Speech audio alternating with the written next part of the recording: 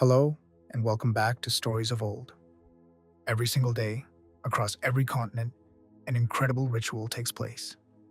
Millions of people wake up, and before they face the world, they reach for a warm, aromatic cup of dark liquid. It is a substance so deeply woven into the fabric of modern life that we rarely stop to ask where it came from. Today, coffee is the second most traded commodity on Earth, surpassed only by crude oil. But this global obsession did not happen overnight.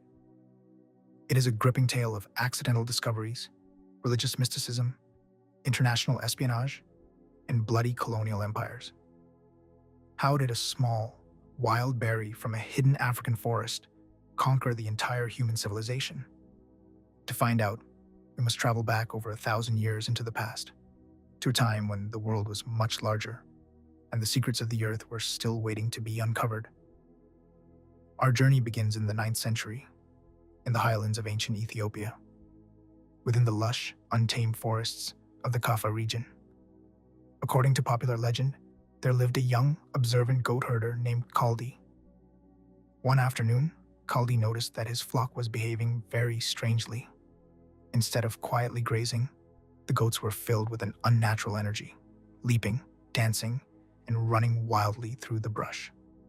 He tracked them closely and discovered they were eating small, bright red berries from a mysterious dark green shrub.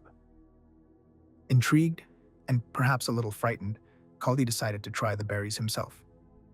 Within minutes, he felt a wave of euphoria and vitality wash over him. His fatigue vanished. Excited by his discovery, Kaldi filled his pockets and rushed to a nearby monastery to share this miracle plant with the holy men.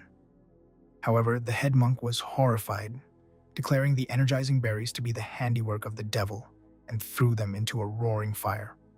But the story did not end in that fire. As the berries roasted in the flames, an incredibly rich aromatic smoke filled the monastery.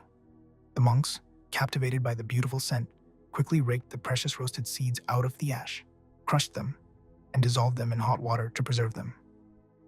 When they drank the liquid, they discovered it gave them the power to stay awake without fatigue. By the 15th century, this knowledge had crossed the Red Sea and arrived in Yemen. Here, in the quiet stone religious houses of Sufi mystics, coffee found its first true home. The Sufis called the drink kawa, an Arabic word that originally referred to a type of wine. For the Sufis, coffee became a sacred tool. They consumed it during intense, all-night spiritual rituals called zikr, using the chemical stimulation to maintain focus, devotion, and ecstasy during their long nighttime prayers. From Yemen, the practice of drying, roasting, and boiling the beans began to systematize, turning a wild fruit into a highly sought-after cultural staple.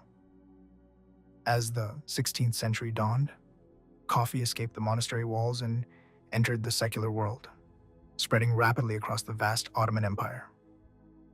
In 1555, the very first public coffeehouses opened their doors in the grand capital of Constantinople. These establishments, known as caves, completely transformed society. Before coffee, the primary places for public gathering were taverns, which often led to intoxication and chaos. The coffeehouse, however, offered a completely different environment. It was a place of clarity, sharpness, and intellectual stimulation.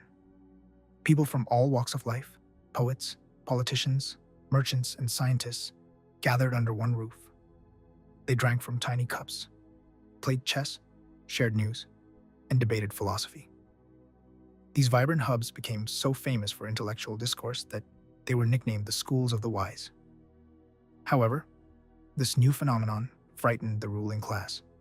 Sultans and viziers realized that sharp, highly alert citizens sitting in coffeehouses were often criticizing the government and plotting political rebellions, leading to several historical attempts to ban the drink entirely. For centuries, the Arab world maintained a strict, ironclad monopoly over coffee. They understood its immense economic value and protected it fiercely. To prevent anyone else from growing the plant, the law dictated that no fertile coffee beans could leave the port of Mocha. Every single bean had to be boiled or chemically parched before export so that it could never sprout. But a secret as powerful as coffee could not be kept locked away forever. The first major breach of security occurred in the 17th century, thanks to a courageous Indian Sufi saint named Baba Budan.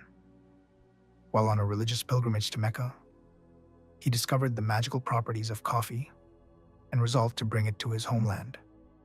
Risking execution, Baba Budan managed to smuggle 7 fertile green coffee seeds out of Yemen, strapping them secretly to his chest beneath his clothes.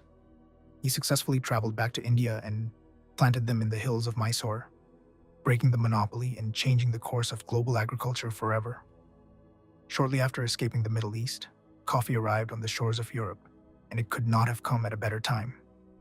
During the mid-17th century, Western Europe was entering the Age of Enlightenment.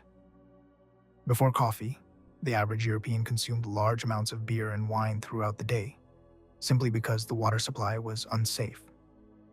Consequently, society was constantly living in a state of mild, alcohol-induced fog. When coffeehouses exploded across London, Paris, and Amsterdam, they replaced alcohol with a stimulant. For the first time, people began their workdays with a substance that accelerated the brain instead of slowing it down. In London, these places became known as penny universities, because for the price of a single penny, a man could buy a cup of coffee and engage in high-level debates with top intellectuals. Major financial institutions, including the famous Lloyd's of London insurance market and even the London Stock Exchange, actually began inside these chaotic, smoke-filled coffeehouses.